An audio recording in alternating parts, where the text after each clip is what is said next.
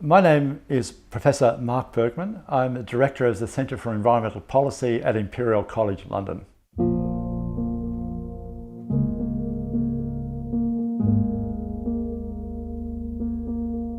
Welcome to my exp.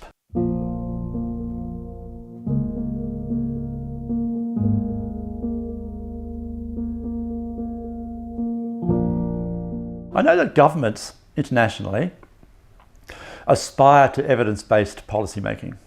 And I also know that scientists internationally aspire to having their work used by governments to do good things, to serve the public good.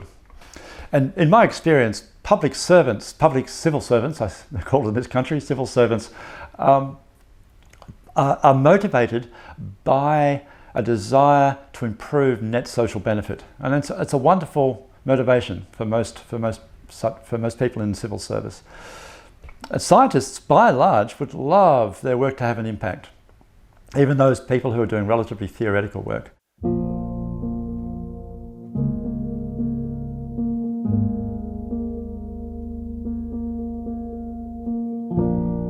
There's lots of people who just want to get on and do their stuff and push back the boundaries of knowledge and solve the most recent problem, find a solution, prove the theorem, do the experiment, and they're terrific and they should keep doing what they're doing.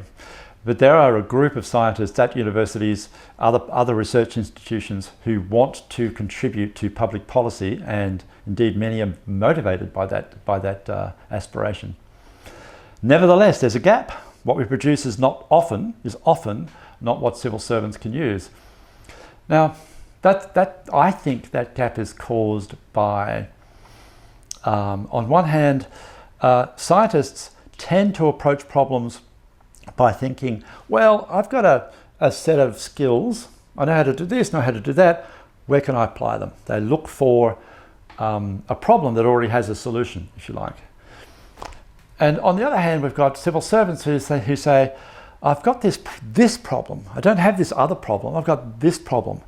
Now, I wish they'd look at my problem because they're not paying attention.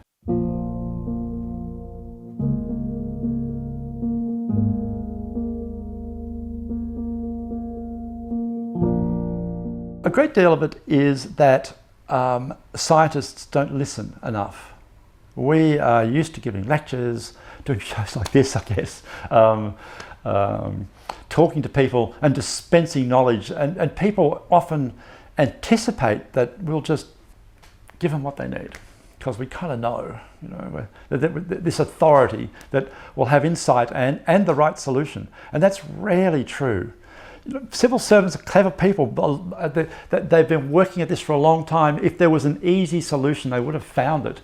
And they typically have problems that are really difficult to solve, typically problems that academics haven't yet solved.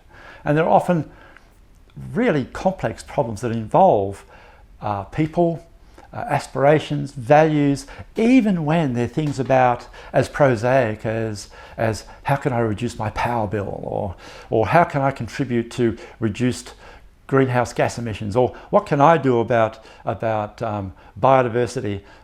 Even those things in people's minds are value-laden and complex, and the right pathway to an effective solution is not obvious. And it means that people who are interested in plants and animals, for example, as I am, have to start to listen to people about their personal preferences and values, their economic circumstances and their livelihoods. And I'm thinking, well, that's not really my business. That's the business of a social scientist or a psychologist.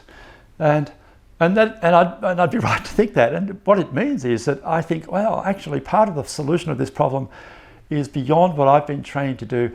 I need to seek help. I have to collaborate.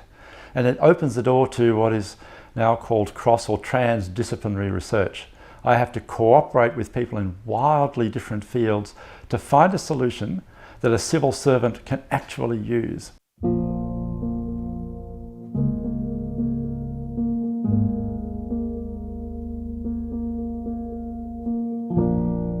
And I have seen a circumstance in which the public servants understood the need for social good, developed the policy, and simply put it on a desk, shelved it, and said, we'll wait for the right opportunity. And then a minister at some point in the future is looking for an opportunity to demonstrate their investment in the environment, can say, I've just got this new bit of legislation ready to go. And their civil servants, their trusted civil servants, can say, look at what we prepared earlier, it's perfect for this. Now that kind of I think any civil servant will go, yeah, well, of course, that's what we do, it's our job. But scientists go, oh my goodness, you're that clever. Really, we just figured that you did things in reaction mode. And I think our understanding, the scientists' understanding of the civil servants and their environments, the way in which they work, the way in which they negotiate this complex environment in which they do their job is illuminating. Now, we need our work to fit their environment, not the other way around. We need to listen, understand what they want to achieve and the environment in which they need to achieve it, and then provide them with a suite of alternatives that might solve their problem.